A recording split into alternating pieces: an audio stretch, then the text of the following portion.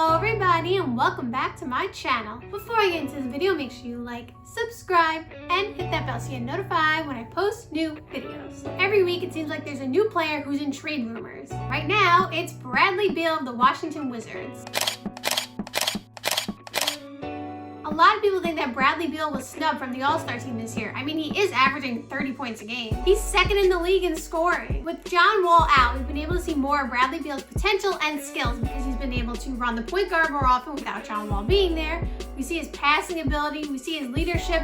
Even though the Wizards aren't that good, we still see his leadership. Now, he signed the extension with the Wizards, and he has said that he wants to stay with the Wizards, but you never know. I'm sure the Wizards don't want to trade him either. I mean, he is a great piece for their team. And not only that, but trading him to the Nets, strengthening an Eastern Conference opponent, I don't know if they want to do that. Especially one that already has Kevin Durant and Kyrie. But the Nets do have a lot of interesting pieces that the Wizards could be happy with. But let's get into the potential trades that the Nets could make with the Wizards. So this first trade definitely favors the Nets more than the Wizards, although the Wizards still get good pieces out of it. I feel like this is the trade that the Nets would want to do. So the Nets would be giving the Wizards Spencer Dinwiddie, Taurean Prince, Joe Harris, their first round pick from this year via Philadelphia, and their second round pick this year via Portland. And then the Nets, of course, get Bradley Beal back in return. Now, why does this deal make sense for the Wizards? Well, Joe Harris is a free agent after this year, so if the Wizards don't want to keep him, his money will be off the books. Spencer Dinwiddie, as we've seen, is a very nice point guard in this league, and he can start on plenty of teams as well. Last year and this year when Kyrie was out, we really saw him take on the scoring load. I mean, Caris LeVert was also injured, and you saw when Caris LeVert was getting back to his groove,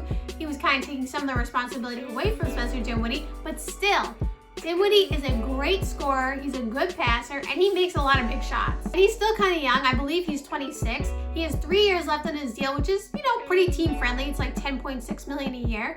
So they could use him as a potential backup point guard for them. Or he could even be their starter. Taurean Prince is another player who doesn't seem to get a lot of love, but he does a lot of things that people don't see on the box score. He's a good offensive player and he's a good defender. He's a good two-way player, and a lot of teams need that on their team. He also has 3 years left on his deal, and it's a very friendly contract at $3.4 million, and I don't see why the Wizards wouldn't want him on their team. I think he'd be a great piece to have alongside Rui and help develop him. And then, of course, the first round pick from Philadelphia could potentially be not a lottery pick, but a pretty good pick considering Philadelphia has not panned out the way they were expected. Philadelphia is not first or second in the league, so their pick isn't going to be dead last in the draft. And then, of course, for the Nets, they're getting Bradley Beal, which will be the case for all of these deals. Like I said earlier, Bradley Beal is second in the league in scoring, averaging 30 points a game. He would be great alongside Kyrie and Kevin Durant because he doesn't need the ball all the time, but at the same time, he can create his own shot. And Bradley Beal is still in his prime, so this would be very interesting. KD, Kyrie. Now let's move on to trade number 2,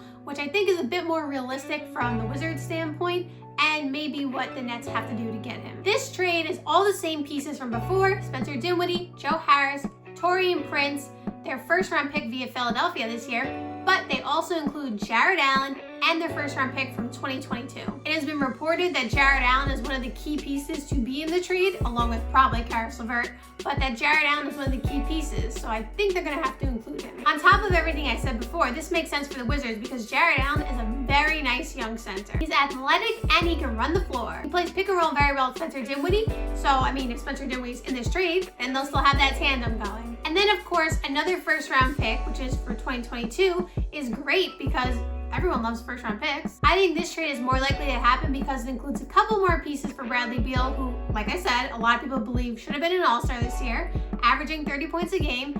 So he's definitely someone that they need to package a lot of pieces for. Plus, like I said, Bradley Beal is supposedly happy there, and the Wizards, I'm sure, don't want to give him up.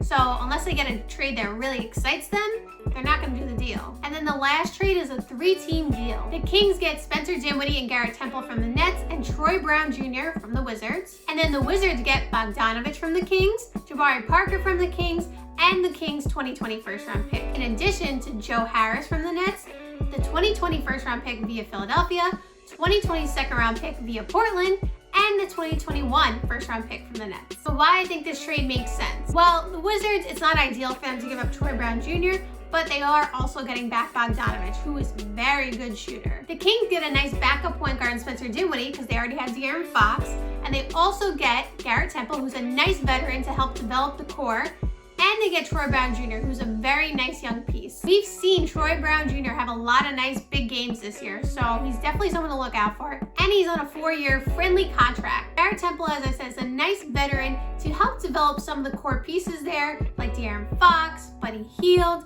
Marvin Bagley, Rashawn Holmes. Rashawn Holmes is very underrated in my opinion, by the way, so shout out to you, Rashawn Holmes. And he's on a 2-year deal, so if he really didn't work out, he'll be gone very soon. Plus, his contract is very friendly. And then Spencer Dinwiddie, as I've talked about earlier, is a great point guard. He can start on many teams in the league. He's definitely a great backup point guard and can help De'Aaron Fox develop his game. Now, the Nets get Bradley Beal again, only in this trade, so we already know why this is beneficial for the Nets. When he wasn't injured, he was playing a lot of big minutes and a lot of big games for the Kings. He's really shown his skills, and I think that the Kings really like him and probably don't want to trade him, but in this case, they will. I think he's a nice young piece to fit alongside Rui with the Wizards. And then you have Jabari Parker, who's a very polarizing player, kind of like Andrew Wiggins. A lot of people either like him or don't like him, but his contract is only 2 years, $6.5 million, so it's not too much to take on. So kind of similar to Garrett Temple with the Kings, if it really doesn't work out with Jabari Parker, I'm sure you can trade him or just wait 1 year for his contract to end. 1 additional year, I mean, because I said 2 years. And then Joe Harris, as we know, is a great shooter, and like I said earlier, he's on a 1-year deal, so if the Wizards don't want to keep him in free agency, they don't have to. His money will be off the books. And then they're getting 3 first-round picks for Bradley Beal. I mean, that's not bad. That's actually very good. 3 first-round picks for Bradley Beal, plus these additional players. I think that's a pretty good deal for the Wizards. And there you have it. Those are some potential trades for Bradley Beal. Thank you guys so much for watching. I hope you enjoyed the video, and see you next time. Bye.